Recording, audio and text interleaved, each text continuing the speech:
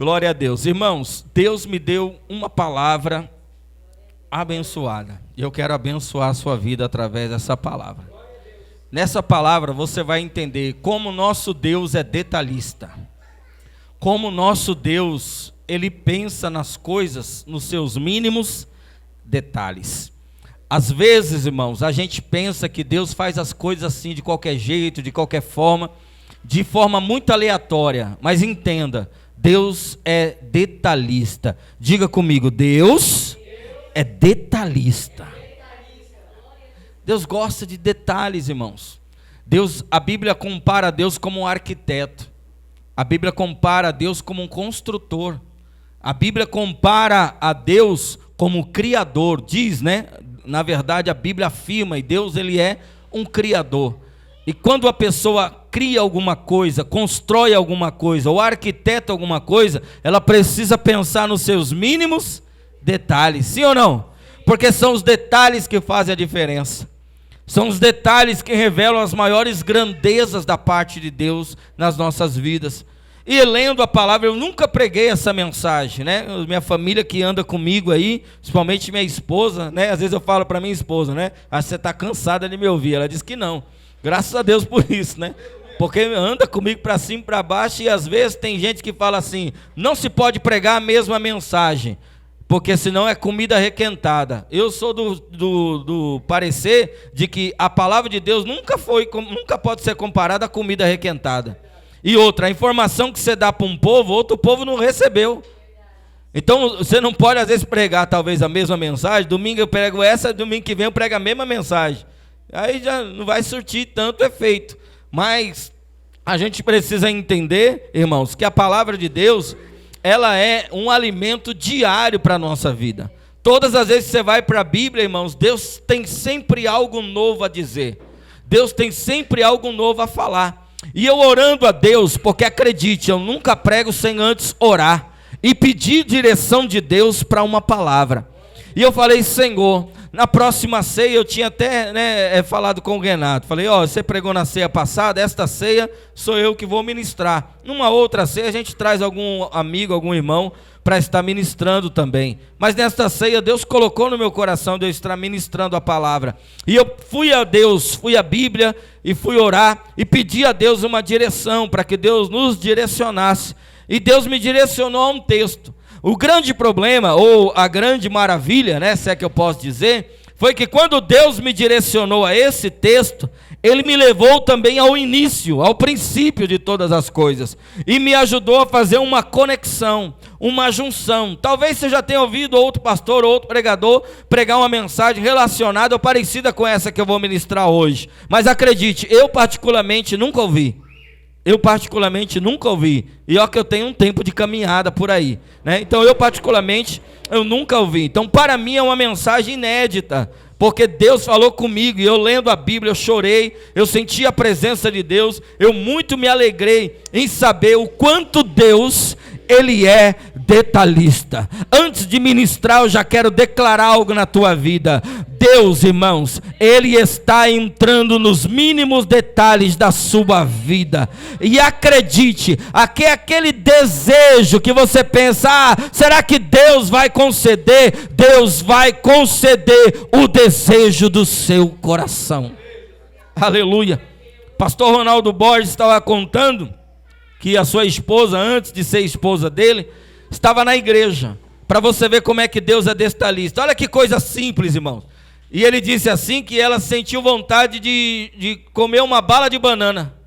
Sabe, veio o desejo de uma bala de banana. Ela falou, nossa, ô Senhor, que vontade de comer uma bala de banana. Quando acabou o culto, um irmão veio, botou a mão no bolso, falou assim, irmã, você quer uma balinha de banana? Ela pegou aquela bala de banana e começou a chorar. O irmão não entendeu. A irmã está tão sensível assim, que uma bala de banana já faz chorar. Ela, não, irmão. É porque eu falei com Deus que eu estava com vontade de comer uma bala de banana na hora do culto. E no final Deus está mostrando para mim o quanto Ele se importa e se interessa com os mínimos detalhes. Ô irmão, acredite, irmão, aquela coisa que você tem vontade de fazer, aquele lugar que você tem vontade de ir, aquela comida que você tem vontade de comer, aquela roupa que você tem vontade de vestir, já era para você estar dando glória, mas tudo bem.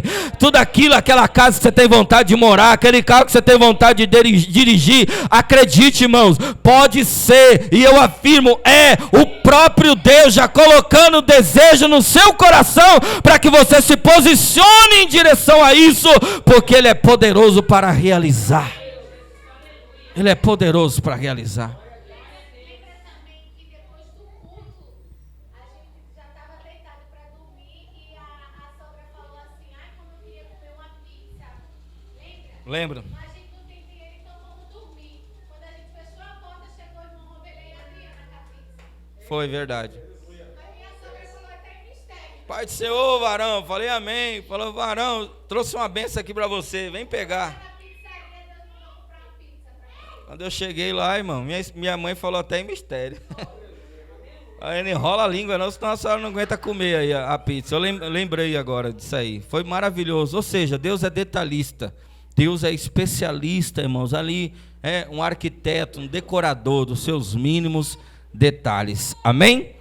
Gênesis capítulo de número 3. Gênesis capítulo de número 3. Vocês lembram do título da mensagem? Eu já dei a deixa lá, né? A mulher e o jardim. Amém? Tema da mensagem é esse: a mulher e o jardim. Preste bem atenção. Gênesis capítulo 3, a partir do verso de número 1.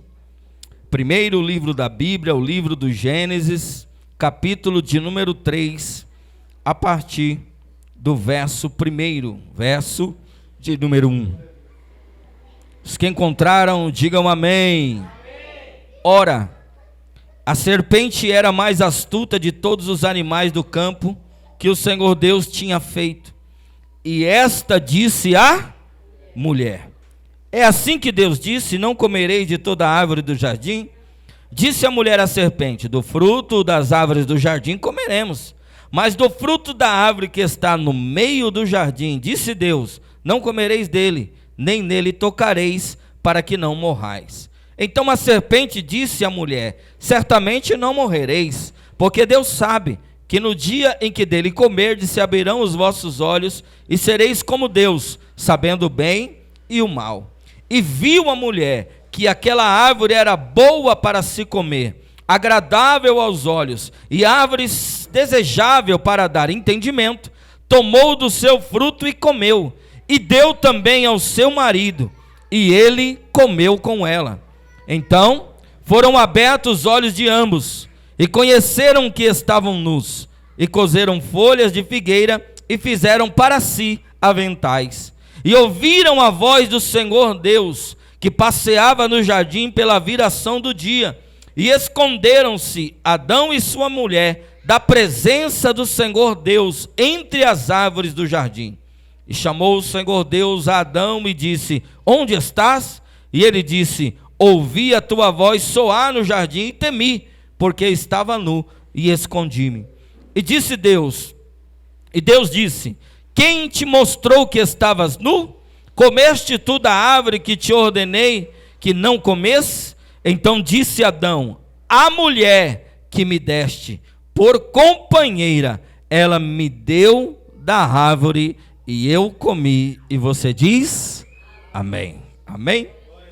Meus irmãos, este relato, que já é conhecido da parte de todos os irmãos, trata a respeito de uma das piores situações ocorridas na Bíblia Sagrada, da qual originou uma consequência humana, global, uma consequência geral. Aqui está falando justamente a respeito do momento da queda do ser humano, do momento da queda do homem, do momento da queda da mulher. Eu quero excluir um pouco aqui nessa questão Adão e deixar somente Eva aqui como um dos personagens principal, para poder confirmar e caracterizar o porquê do tema da mensagem ser a mulher e o jardim. Primeiro nós precisamos entender uma coisa: Deus, quando Ele resolveu fazer todas as coisas, como um grande arquiteto, Ele estava preparando todo um cenário, porque na cabeça e na ideia de Deus, já haveria a criação e a formação do homem. E tudo aquilo que Deus criou primeiro, antes da chegada do homem, foi para o próprio homem desfrutar. Foi preparando o ambiente, foi preparando o cenário para que quando o homem viesse, para que quando o homem chegasse, ele tivesse todo o suporte, ele tivesse toda a preparação. Se Deus criasse um homem primeiro, criaria ele sem a separação de luz e trevas. Se Deus criasse um homem primeiro, criaria e não traria para ele o sol, a lua, as estrelas e assim sucessivamente. Então você precisa entender que a criação das coisas de Deus antes do homem foi justamente preparando o cenário para introduzir o homem. Porque Deus é assim, primeiro Ele prepara o ambiente para depois Ele nos introduzir no ambiente. Primeiro Ele prepara as condições para depois Ele nos colocar na situação. Primeiro Ele prepara o cenário e a circunstância para que o cenário e a circunstância estejam preparados para quando eu e você chegar, tudo já esteja no seu devido lugar. E assim Deus o fez. E a Bíblia diz que Deus, Ele formou ao homem do pó da terra, soprou no seu nariz o fôlego de vida, e a partir daí, a junção do sopro de Deus com um boneco de barro deu origem ao terceiro aspecto do homem, que é a sua alma. E o homem se tornou uma alma vivente. Agora, o que a gente, às vezes, precisamos atentar para o texto é que dá uma certa impressão de que se nós não lemos o texto de forma correta, nós achamos que Deus criou Adão e depois Deus criou a Eva. Mas no dia que Deus criou Adão, Ele já criou a Eva também dentro de Adão. Quando Deus cria o homem, Deus criou toda a humanidade já dentro de Adão, inclusive a Eva. É que nós precisamos enxergar que no capítulo seguinte está mostrando a formação da mulher. Existe o momento da criação e existe o momento da formação, porque tudo que Deus cria, primeiro Ele cria e depois Ele dá forma. Então depois Ele formou a mulher. É porque nós lemos um texto dizendo que Deus viu que Adão estava só e disse: não é bom que o homem esteja só, far-lhe-ei. Então a gente imagina que naquele momento, Júnior, é que Deus resolveu fazer a mulher. Não, aquele era o momento certo para que a mulher chegasse, porque acredite, na vida de todo homem existe um momento certo que a mulher precisa chegar. Aleluia. Existe um momento certo que a mulher precisa entrar.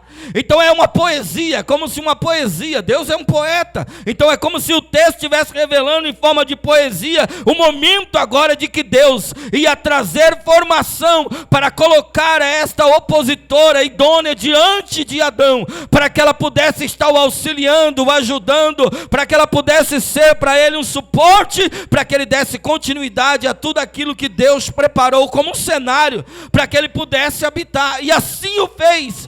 E assim Eva chegou no cenário. E assim Eva chegou na história. E aonde Eva estava? Eva estava no jardim, conhecido como um paraíso. O jardim não era o Éden. Deus formou o jardim. Como é que a Bíblia... E plantou Deus um jardim no Éden. Então Deus plantou ali o jardim no Éden. E quem habitava ali naquele jardim era Eva. Eva estava ali.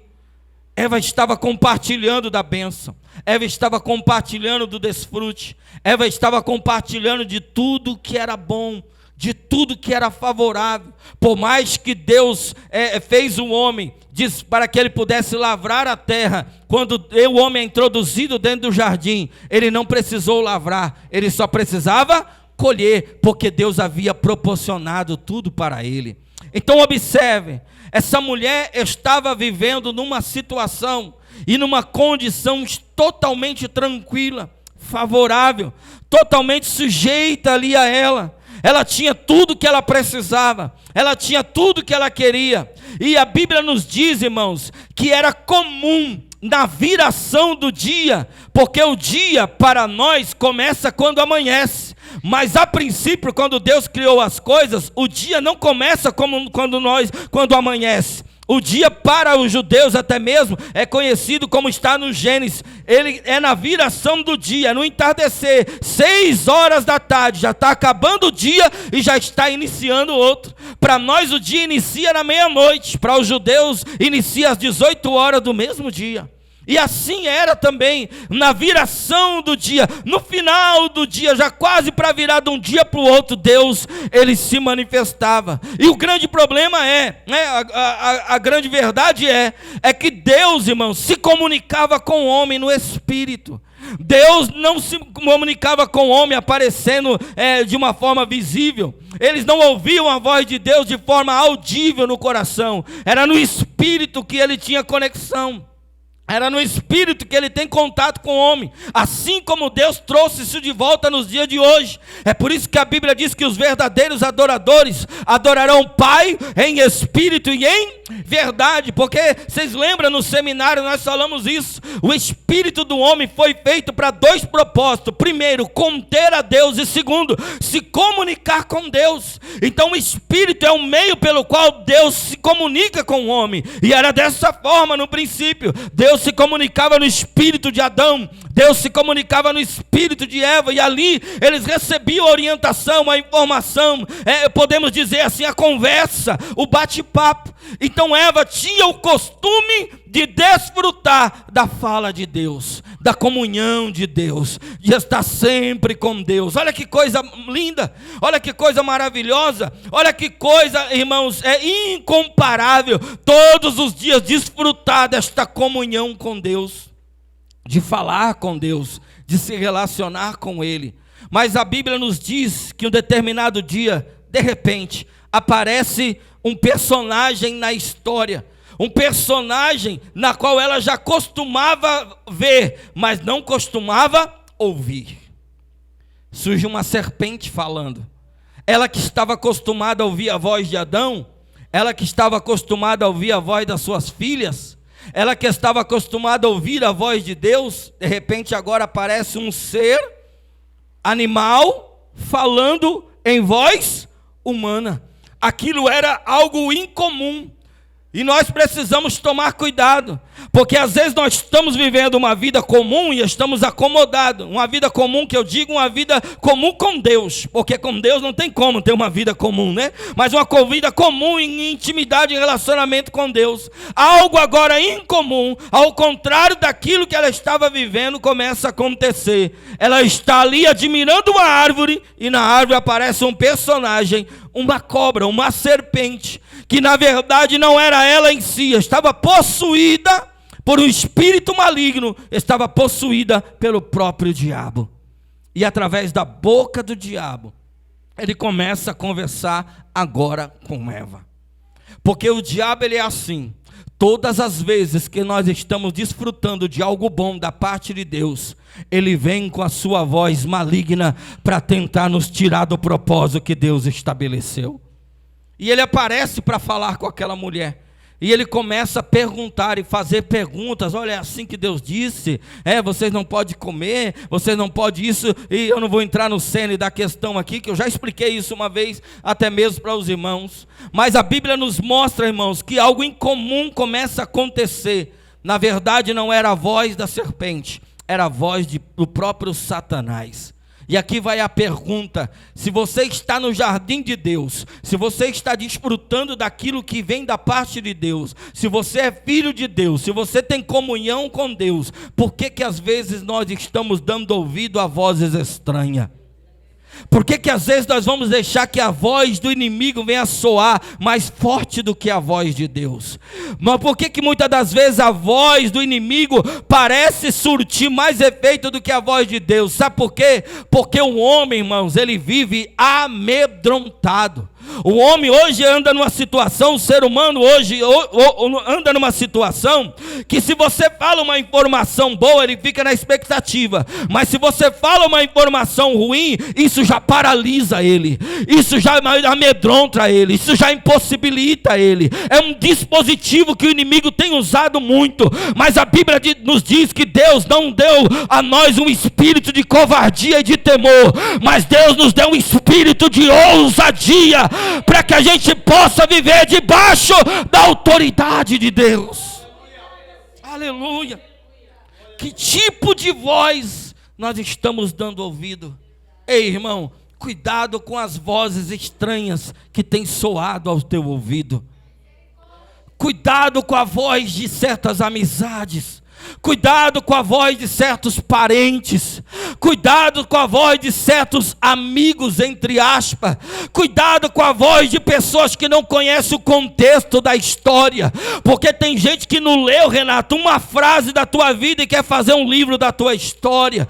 Cuidado com a voz daqueles que passaram pela mesma situação que se você passou e se decepcionaram. E através da sua decepção faz disso uma doutrina, faz disso um conselho e acha que todo mundo vai passar o mesmo e diz para você: eu passei por isso, você também vai passar. Não, a diferença é que você é filho, a diferença é que você é filha, a diferença é que você é escolhido, a diferença é que é um propósito de Deus para a tua vida e não são os temores alheios que vão impedir aquilo que Deus vai fazer.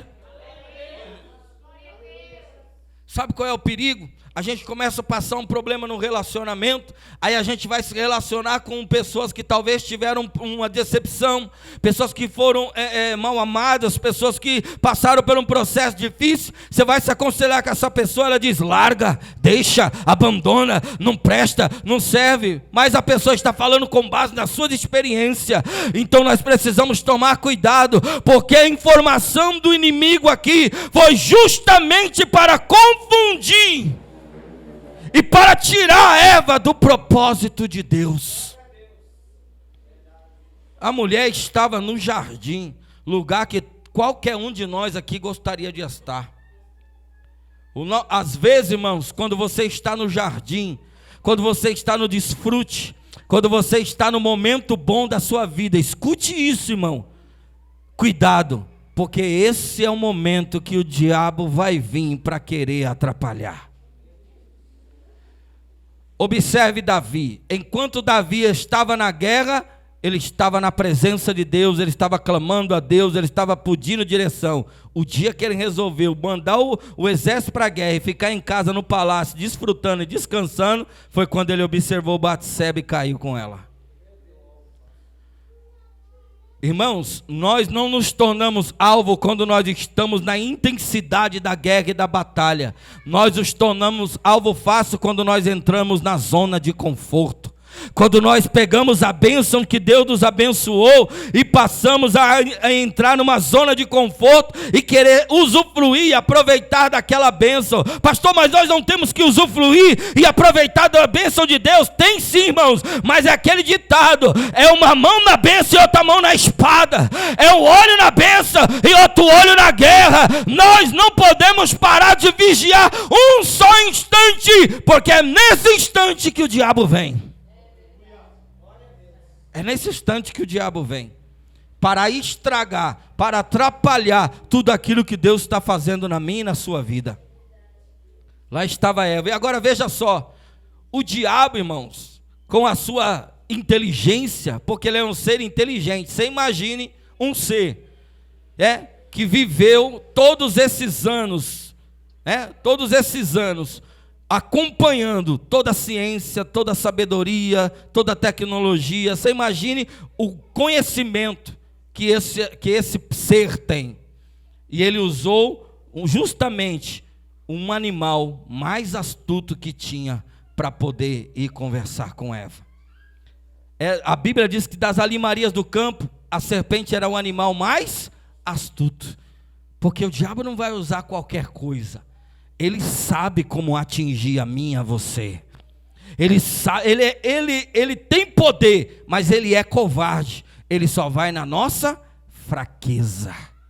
Ele só vai aonde nós sentimos o golpe, nós sentimos que machuca, nós sentimos que dói. Eu estava vendo uma luta uma vez de MMA e o cara conseguiu dar um soco no baço do seu adversário. Quando ele deu, que ele viu que o cara prendeu a respiração e já ficou assim meio que protegendo. Ele não queria bater na perna mais, não queria bater no rosto, ele só queria bater ali, porque ele sabia, ali é o ponto fraco dele, ali que eu vou derrubar dele. E ele foi em cima a ponto do cara pegar e bater assim e desistir. Por quê? Porque se ele continuasse ali, o cara ia poderia até quebrar uma costela, vir a óbito, sei lá, qualquer coisa.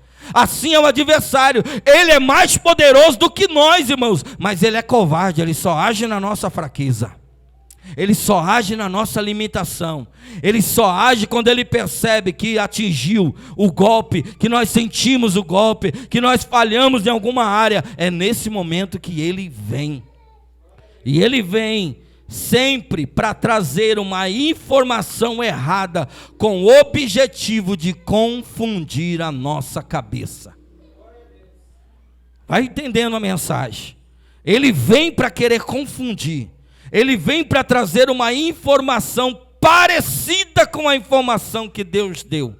Porque ele sabe muito bem que se você tiver precisão naquilo que Deus falou e ficar firmado naquilo que Deus falou, não tem como ele tirar você do propósito. Mas se você não tiver, e Eva não tinha, irmão. O problema de Eva é que ela não tinha precisão naquilo que Deus falou. E o diabo percebeu isso. É por isso, irmãos, que a fé é uma certeza, é uma convicção. A fé não é uma incerteza. Nós precisamos estar certos, estar convictos daquilo que Deus tem falado na sua palavra. E precisamos saber o que Deus falou, para não dar ouvido à voz do inimigo que quer confundir a minha e a sua mente com pratos para nos tirar fora da posição. Porque o inimigo é assim, ó. Ele sempre vai tentar, aos nossos olhos, aos olhos humanos, fazer as coisas ou mais fáceis ou mais atraentes do que Deus está fazendo. É porque Deus tem cenário melhor no fim das coisas. Satanás apresenta o melhor no começo, mas não te mostra o fim. Essa é a diferença. Deus, ele é sincero. Ele diz: você vai passar por espinho, você vai passar por abrolhos, você vai passar por lugares difíceis, você vai passar por dificuldade, mas no final está a vitória. O diabo não, ele já vem dizendo: ó, vou abrir a porta aqui para você, vou te ampliar o caminho. Ele já vai mostrando um cenário parecido, um cenário melhor, mas o final dele é destruição. Lembra de Abraão e Ló? Abraão, que tinha convicção de que a promessa de Deus era com ele. Abraão, que tinha certeza de que a bênção de Deus estava com ele. E não era o lugar que abençoava Abraão, mas era Abraão que abençoava o lugar. Que ele virou para Jó e disse: escolhe o caminho que você quiser. Olha só, deu a prerrogativa para que Ló escolhesse. Ló olhou para a direita, só deserto. Olhou para a esquerda, só campina verdejante. Olhou para a direita, vamos aqui colocar, extrema zona leste. Olhou para a esquerda, bairro do Brooklyn, zona sul, Alphaville. Ele falou: vou para Alphaville. Porque o diabo é assim, ele mostra um cenário bonito, mas depois no fim ele não mostra o que vai acontecer. Abraão foi para o deserto. Deus prosperou e enriqueceu Abraão no deserto, sim ou não? E Ló foi para Sodoma e para Gomorra. No final terminou sendo destruída pelo próprio Deus. Cuidado, irmão. Você está no jardim de Deus. Você está no paraíso de Deus. Você está debaixo da bênção de Deus. Você está debaixo da proteção de Deus. Você está desfrutando da comunhão de Deus. Você está tendo o alimento de Deus. Você está tendo a presença de Deus. Você está tendo todo o benefício de Deus para a tua vida. Mas a serpente está querendo te enganar. Está querendo tirar você do foco. Está querendo tirar você do propósito. E aí ela veio e confundiu a Eva, porque percebeu que Eva não tinha precisão naquilo que Deus falou. Porque quando Deus falou, a Bíblia diz assim, ó: e disse Deus ao homem, não à mulher. Ou seja, qual era a obrigação de Adão? Passar para Eva a informação com precisão. Aí a discussão teológica, Renato, será que Adão passou e ela, Eva, que não atentou? Ou será que Adão é que falou e não passar a informação? São duas questões que nós não conseguimos ao certo saber. Uma coisa é certa: independente daquilo que Adão passou ou deixou de passar, se ela tinha comunhão com Deus, era obrigação dela guardar. Ô irmão, vai doer um pouquinho, mas segura aí que é benção. Daqui um tempo, lembra que eu falei, daqui um ano, irmão, vocês não vão ser enganados por mais ninguém, porque nós estamos passando por uma transformação pela palavra aqui, e um nível de revelação e de conhecimento que nós temos aqui, não está em muito lugar.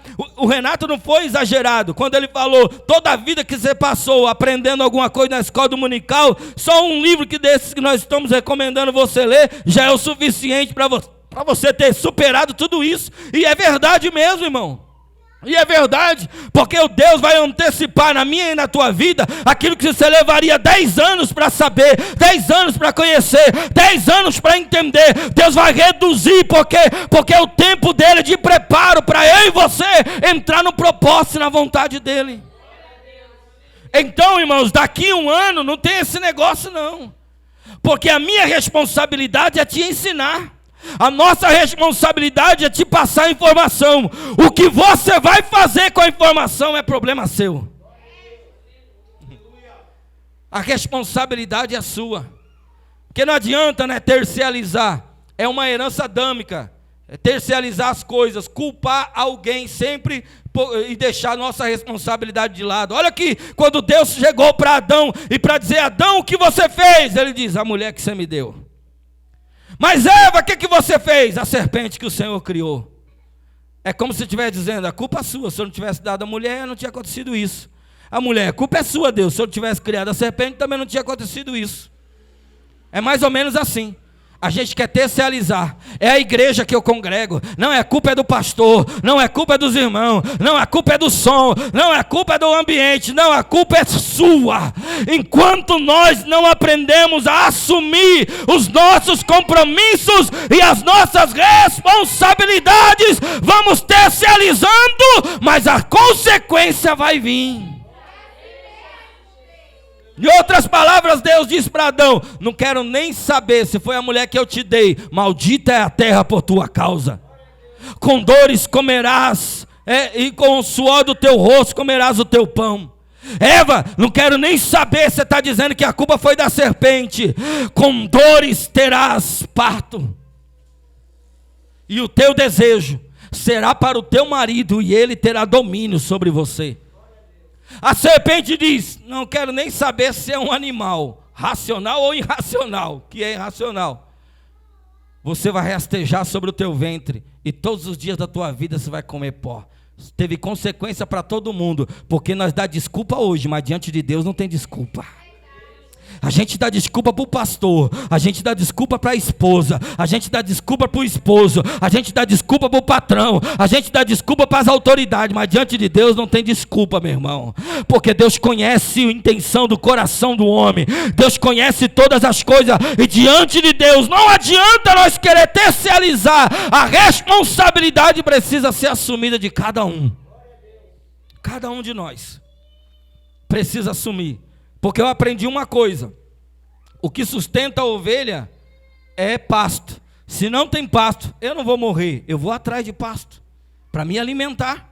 A Bíblia nos compara com uma águia. A águia é uma ave de rapina. A águia não é uma ave domesticável, que alguém vai assim num lugar e compra uma ração para ela comer. Não, ela que não sai em busca do alimento dela para você ver se ela não morre de fome.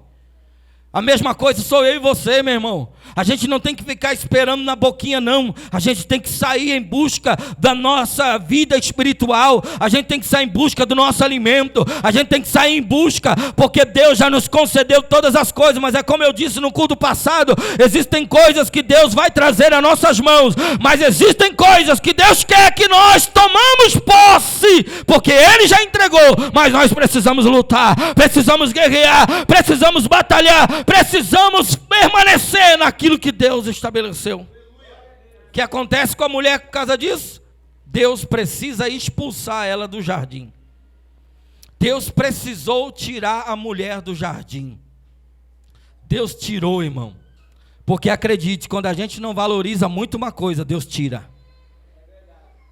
Quando a gente não dá valor aos lugares que Deus tem colocado nós, Deus tira.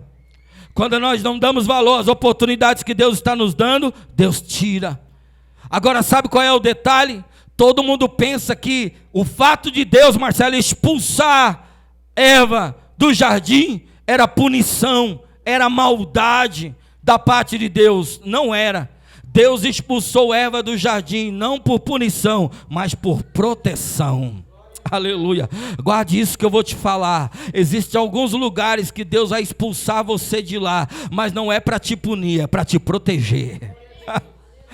Existem lugares que Deus já te expulsou e você quer voltar para lá, e você quer achar espaço lá, e você quer se agregar de novo, e você quer se achegar de novo, e Deus essa noite está dizendo: eu te tirei de lá, eu te expulsei praticamente de lá, para não voltar, porque tem hora, irmãos, que Deus faz isso para nos proteger. Eu já disse para os irmãos, 5 anos no Pernambuco, 3 igrejas abertas, programa em rádio, ministrando em todo o Pernambuco, membro da mesa diretora da convenção de Madureira no estado do Pernambuco. Eu cheguei a ser membro da mesa diretora da convenção, onde só os grandes homens, os grandes pastores chegam. Eu consegui chegar nesse patamar, para a glória de Deus. Mas um dia Deus usou um moço, ele tinha acho que 17 19 anos, não me lembro, que era radialista na cidade de Caruaru, ouviu falar das coisas que aconteciam na igreja, milagres, aconteciam muitas coisas ali na igreja. Ele foi num ciclo de oração visitar, no dia 5 de junho de 2012, eu guardei essa data, dia 5 de junho de 2012, às 3 horas da tarde, a irmã deu oportunidade para ele. Eu ficava na porta para o ciclo de oração, deixava as irmãs fazer o culto, eu ficava na porta. Deus usou aquele menino e falou: pastor, eu vim aqui para conhecer pessoalmente o senhor, porque eu sei que o senhor é radialista e eu também sou, e eu tenho ouvido falar, tem soado lá no nosso município a respeito do que Deus tem feito aqui nessa igreja. Eu falei: eu vou lá conhecer esse pastor. Mas quando eu estava vindo no caminho, Deus me deu uma palavra, e Deus manda dizer para o Senhor que Deus vai te varrer desta cidade, porque esta cidade não te merece. Olha, irmão, este povo não te merece. Falou isso na frente da igreja, falou isso num dia, 3 horas da tarde. No outro dia, 1 hora da tarde, aconteceu. Não deu nem 24 horas, irmãos. Irmão, pensa, foi um dos piores momentos da minha vida, aonde ele olhou para mim e falou assim: ó, Deus manda dizer ainda, pastor, que o Senhor vai perder tudo. Tudo o Senhor vai perder. Só não vai perder o seu ministério, porque o seu ministério quem te deu foi o Senhor. Irmãos, eu perdi tudo. Eu já tinha casa, eu já tinha terreno, eu já tinha nome, eu já tinha posição, eu já tinha loja, eu já estava quase prosperando para comprar carro, minha vida já estava começando a ir para frente, começando a melhorar. De repente, do nada, meu nome foi para a lama, caluniado, envergonhado, praticamente quase que expulso do ministério, recebendo ódio para não tomar ceia, não sentar no púlpito e não pregar em lugar mais nenhum. 9 meses eu fiquei assim. Vim para São Paulo, irmão, só com a roupa do corpo. Cheguei aqui no aeroporto, não tinha dinheiro para tomar um café. Eu falei: que vontade de tomar um café, esperando uma carona que minha mãe conseguiu para vir buscar. E eu chorando, falando: meu Deus, que situação é essa? Onde eu estava e aonde eu estou agora? Aonde eu cheguei e conquistei, agora como eu estou? E o Espírito Santo me visitou e disse: meu filho, fica tranquilo, porque o vento vai passar. O vento vai passar. E eu querendo, irmãos, a gente querendo agir, reagir, fazer alguma coisa, mudar a situação, querer se justificar, e Deus só mandou a gente calar, porque quando Deus expulsa nós de um lugar, não é para punir, é para nos proteger. Nos proteger. Uma hora eu conto o restante do testemunho para você ver a reviravolta que Deus fez e a mudança que Deus transformou. Perdi nome até de pastor, de sair dizendo por aí, dizendo ele não é mais pastor. Irmão, recebi tanta calúnia, que os irmãos começaram a virar a cara para mim, irmãos da convenção. Aí um dia um irmão viu Deus fazendo coisa na minha vida, eu pregando direito, ele me procurou na rede social e falou bem assim: Renato, rapaz, eu quero te pedir perdão. Eu disse: por quê? Porque eu fiquei sabendo da verdade da história, e eu fui um dos que falei de você, porque Deus falou que ia descer a terra. Muita gente que abriu a boca e falou. Eu falei: sim, irmão, o que você falou? Eu falei: não, eu fiquei sabendo que você foi embora, largou a sua mulher, estava com 2 pessoas, 2 mulheres, morando numa casa, bebendo e usando droga. Porque o povo é assim, irmão, é coveiro. Quando quer enterrar, abre a cova fundo mesmo, para te afundar lá embaixo. Mas olha eu aqui para a glória de Deus, irmãos. Olha eu aqui para a glória de Deus. Quando Deus te expulsar de um lugar, é livramento que Ele está te dando. Pastor, e o que isso tem a ver a mulher do jardim? Abre a sua Bíblia lá em João capítulo 20. Como Deus é detalhista. João capítulo 20. Glória a Deus. Aleluia. Glória a Deus. Antes eu quero ler o capítulo 19 e o versículo 41. Abre aí a sua Bíblia, para você não dizer que eu estou pregando que não está na Bíblia. Abre aí. Primeiro capítulo 19, versículo de número 41. Olha só onde é que Jesus estava aqui, ó. Vamos ler o 40? Vamos ler o 40 para entender melhor? Quem já abriu, diga amém. Versículo 40 do capítulo 19 de João. Tomaram, pois, o corpo de Jesus. Jesus já tinha morrido. E o envolveram em lençóis com especiarias, como é costume dos judeus, na preparação para o sepulcro. Verso 41. E havia ali um jardim, ou horto, como está aí na tradução, naquele lugar onde fora crucificado. E no horto, ou no jardim, um sepulcro novo, em que ainda ninguém havia sido posto. Jesus morreu, vocês sabem a história, né? José de Arimateia veio ali, provavelmente com auxílio de Nicodemos, retiraram, pediram o corpo de Jesus, e justamente aonde Jesus estava, próximo de onde Jesus estava, havia um jardim. E naquele jardim havia uma cova.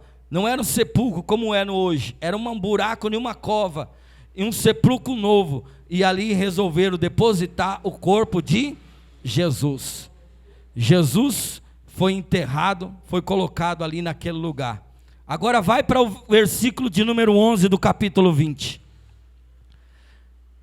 Versículo 11 do capítulo de número 20. Quem está aí, diga amém. Amém.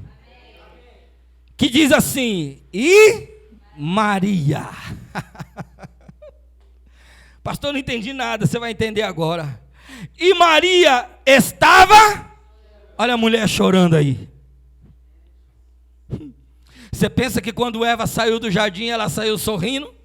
Você pensa que Eva, quando saiu do jardim, ela saiu saltitante, dizendo, graças a Deus eu vou sair desse lugar? Não, com certeza ela saiu daquele jardim chorando. Com certeza que ela saiu daquele jardim triste. Com certeza ela saiu daquele jardim arrependida. Com certeza ela saiu daquele jardim ali, irmão, destruída, desfacelada. Agora de novo num jardim, Deus resolve ter um encontro novamente com a mulher, representada agora pela vida de Maria. E a Bíblia diz que Maria estava naquele jardim chorando. Junto ao sepulcro estava ela, pois, chorando. Baixou-se para o sepulcro e ela viu o quê? Dois. Quando Eva saiu de lá do jardim, no Éden, a Bíblia diz que Deus colocou dois querubins. Oh glória! E uma espada flamejante protegendo o lugar. Jesus é detalhista, irmão. Resolveu aparecer primeiramente depois de ressuscitado para uma mulher, justamente para provar para a mulher que Ele é Deus de restauração. E ela apareceu ali no jardim, estava chorando, e quando ela olha, ela vê dois anjos. Mas pastor, lá era querubim. Por que aqui era anjo? Simples assim, porque o querubim ali estava na condição de protetor, os anjos aqui estavam na condição de anunciador. Lá era para proteger, aquela foi expulsa para não voltar. Aqui os anjos estavam dizendo, Deus marcou o encontro com você, Maria, e eu vim anunciar, porque procuram morto entre aqueles que estão vivos. Aliás, porque procura aquele que está vivo entre os mortos. Oh glória! 2 anjos vestidos de branco, assentados onde jazera o corpo de Jesus, e a cabeceira um e o outro aos pés. Versículo de número 13. E disseram eles: mulher, por que choras, mulher? E ela lhe disse: porque levaram o meu Senhor e eu não sei aonde o puseram. Eva perdeu a comunhão. Eva não sabia mais onde estava Deus. Eva não falava mais com Deus. Eva não tinha mais contato com Deus. Eva não tinha mais comunhão com Deus. Eva não desfrutava mais da viração do dia com o Pai. Eva não desfrutava mais daquela comunhão com Deus. Aqui Maria está na mesma situação. Ele não está mais aqui. Eu não posso mais ver Ele. Eu não posso mais desfrutar da presença dEle. Eu não sei o que fizeram dEle. Eu não sei onde é que Ele está. Aleluia. Verso 14, e tendo dito isto, voltou-se para trás, ela virou para trás. Olha só, irmão, presta atenção. E viu Jesus em pé, mas não sabia que era Jesus. Porque assim, quando o homem perde a comunhão com Deus, ele não consegue saber mais quem é Deus, quem não é, onde está Deus e onde não está. Ou ele não consegue mais enxergar, está cego espiritualmente, ele não consegue perceber. Ela estava tão apavorada, tão angustiada, ela estava tão sem esperança, ela estava numa situação tão difícil que quando ela virou para trás, era Jesus que estava na frente dela, e ela pensou que era o jardineiro, o cuidador do jardim. Olha só, verso 15. Verso 14, terminando. Mas não sabia que era Jesus. Verso 15. E disse-lhe Jesus: mulher. Olha, primeiro ele falou: mulher, por que choras? Quem buscas? E ela, cuidando que era o jardineiro, disse-lhe: Senhor, se tu o levaste, dize-me onde o puseste, e eu o levarei. Olha só, estava conversando com Jesus e não sabia que era Jesus. Estava conversando com Jesus e não sabia que era Jesus. Estava conversando com Jesus achando que era um jardineiro, mas era o próprio Jesus. Mas sabe por que ela ainda não percebeu? Porque Jesus chamou ela de mulher. Olha só o versículo seguinte, versículo 16. E disse-lhe Jesus: Maria. E disse-lhe Jesus: Maria. Quando ele chamou ela pelo nome, ela voltando-se disse: Rabone, que quer dizer mestre. Quando Jesus chamou pelo nome, os olhos dela se abriram e ela percebeu que era o restaurador do jardim, que estava restaurando a comunhão novamente. Deus te conhece pelo nome. Deus sabe onde você caiu. Deus sabe onde você errou. Deus sabe onde você está falhando. Deus sabe das tuas fraquezas. Deus sabe das tuas limitações. Mas enquanto Ele estava te tratando como alguém, somente como uma mulher, você não conseguia ver. Mas quando Ele te chamar de novo pelo nome, Ele vai se revelar a você. Ele vai se revelar a você. Ele vai se revelar a você. Aleluia. E disse-lhe Jesus: não me detenha. Porque quando ela viu que era Jesus, ela correu para agarrar. E Jesus, irmãos, ressuscitou imortalizado. Precisava primeiro subir ao Pai. Ninguém podia tocar nele, porque ele era a primícia de Deus. E ninguém pode tocar na primícia. A primícia precisa ser entregue ao Deus, entregue ao Pai. Ele ressuscitou, não glorificado, imortalizado. É diferente. Agora eu explico melhor para os irmãos isso. Por isso que ele falou: não me detenhas, porque ainda não subi para meu Pai. Mas agora, olha só, irmão. Mas agora, vai para os meus irmãos e diz-lhes que eu subo para o meu Pai, vosso Pai, meu Deus e vosso Deus. Maria Madalena. Sabe quem é Maria Madalena? Aquela que Jesus expulsou os 7 demônios. O demônio que estragou a vida de Eva estava estragando a vida de Maria. Mas o diabo que estragou a vida de Eva, Deus teve que expulsar ele do jardim. Jesus está dizendo, agora não vai ter mais não, agora eu vou trazer. Eu expulso o demônio, tiro o poder do demônio, tiro a influência do demônio e vou trazer ela agora para, em vez de expulsar ela desse jardim, agora não é mais expulsar, agora é enviar. Olha que diferença, irmão.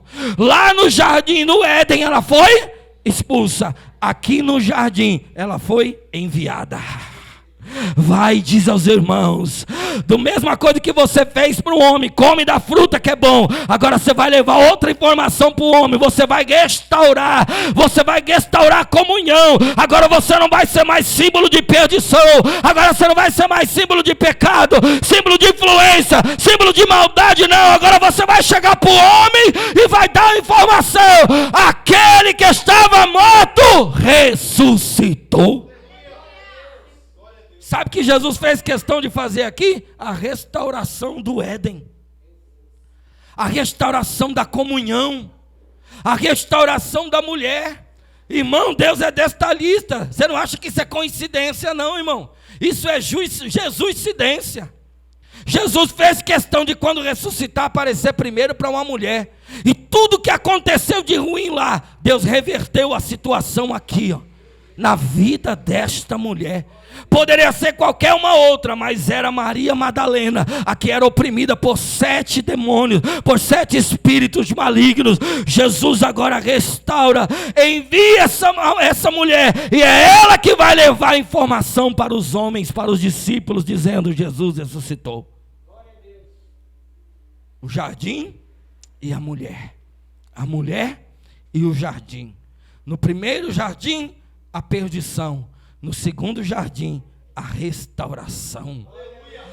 No primeiro jardim, a condenação. No segundo jardim, aleluia, a reconciliação com Deus. Porque a partir daquele momento aconteceu um novo nascimento. Sabia disso? Pastor, como assim? E eu encerro aqui.